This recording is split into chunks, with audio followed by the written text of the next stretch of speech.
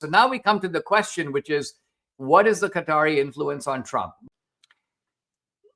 Well, I think that the Qataris have been buying cultural and political influence in the United States for a long time. But what I'm getting at is while they're saying that Israel is paying social media influencers, the truth of it is Qatar is buying like entire political science departments, entire universities. Right. So what's happening is Qatar recognizes that if you want to buy influence in the United States, buy a Hollywood studio, buy a part of the music industry, buy real estate, take over universities, take over media institutions. And Qatar is doing all of these things, or at least having a lot of influence in these areas. So now we come to the question, which is, what is the Qatari influence on Trump? My opinion is this.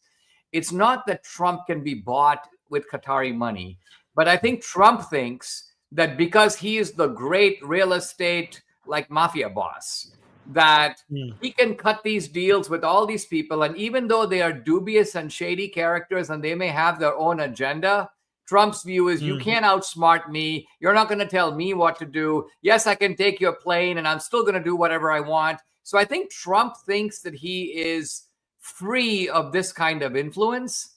But I wouldn't necessarily say the same about all the members of the US Congress and the Senate, because those guys are not Trump. So Trump is not that vulnerable to needing Qatari money.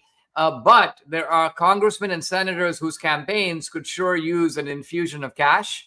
So I'm not going to write off the idea that Qatar has way too much paid influence in the United States. Hey, just to let you know, I go live on YouTube often, so search Atheist Republic on YouTube to find me.